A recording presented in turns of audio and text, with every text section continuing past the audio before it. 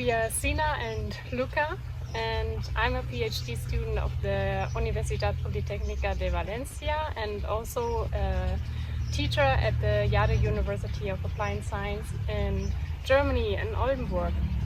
And this is Luca Bosert, my student. Yeah, I'm currently writing my bachelor thesis at the Jade University of Applied Science, and right now we're in Kenya to do some research for it. Yes.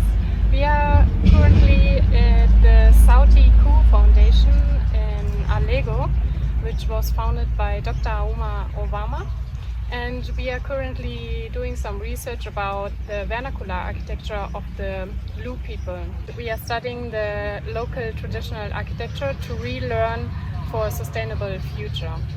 We believe that the past solutions actually could be a great help to develop solutions for the future and for the problems that have recently come up and will come up. We believe that you can find a lot of circular economy principle already in the traditional vernacular architecture all around the world. So we are very curious about different climate locations, to study their sustainability principles in it. Also, it's very important to preserve our vernacular architecture from all different kind of cultures, as we are noticing that our culture is disappearing due to the fact that we are globalizing our architecture around the world, and we can find all the same architecture style in every part of the earth.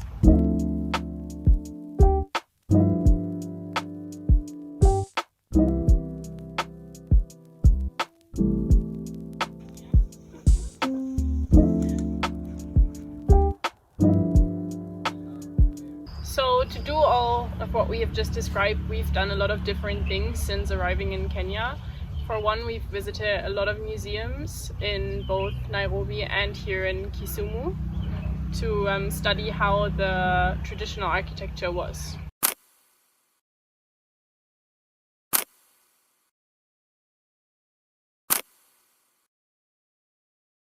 Also, we had the opportunity to visit several homesteads to look into the current life of each family.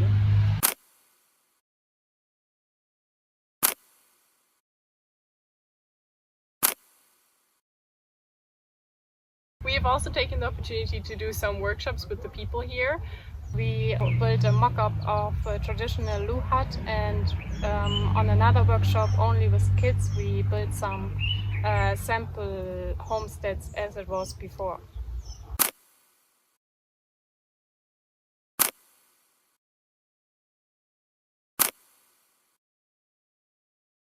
We've done some sample walls to introduce some new techniques and see how they would perform in the climate here, and also to see how the families or the people who live here react to these new techniques and what they think about them. We've also conducted a lot of interviews with all different kinds of people. We've met with some artisans from the local area. We've also interviewed the citizens here and some experts, architects. And we've also had some interesting interviews with some innovators here in Kenya who are introducing new construction techniques.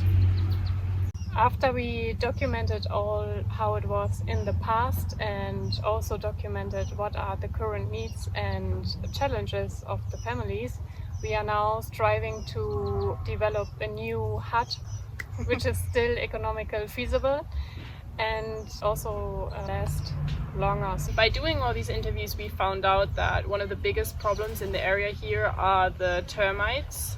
They are eating the wood, and especially the traditional construction techniques, there is a wooden frame in the walls, and that is a huge problem because the termites go from the wall to the roof. All these interviews, we've also found out that maintenance is a huge point. So the traditional walls have to be replastered every 3 months, the floors as well, and also the roof needs a lot of maintenance. So we wanted to find ways to reduce the amount of effort and work you have to put into maintaining your house. When looking at the current architecture, we've also noticed that almost all houses now have the iron sheet roofs, and through that there's also a lot more heat in the houses. So that is another problem we wanted to address. But finding a solution also had to be feasible for the families and for the future generations. So now we are striving for a new solution, how we could construct the huts in a different way. To achieve this, we would like to merge the traditional and the modern. So we came up with a solution of a round hut with rammed earth. We will try this this weekend. In the last days we were planning how to build it and to construct it and to keep the costs low, so that it can be competitive with the old traditional huts. We choose the rammed earth as it has no wooden poles anymore in the walls, and so we cut the link for the termites to get up into the roof. Also, we choose the rammed earth technique because the family liked the technique while we did the simple walls.